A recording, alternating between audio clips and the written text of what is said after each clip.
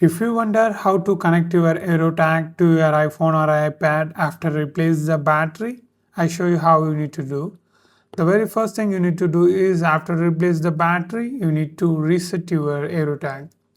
So the thing you need to do is you need to press the on off button 4 times, and at the 5th time you need to long press the on off button until you hear any beep. Let's do that. 1, 2, 3, 4 and long press. At the 5th time you need to long press. Yeah.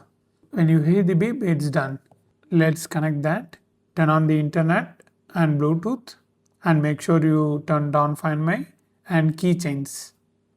Then open Find My and switch to items. Then you need to click the plus icon. Other item. Here you can find your aerotag like usually. For me, I already connected with my aerotag, so it will not going to show the device. Here you can see my aerotag.